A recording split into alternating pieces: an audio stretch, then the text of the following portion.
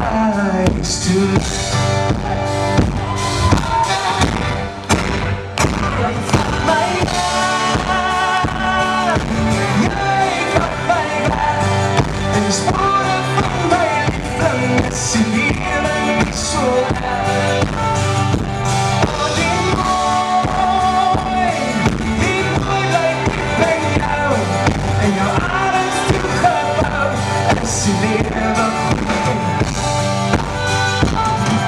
als dinge binne jou my aanderkijk.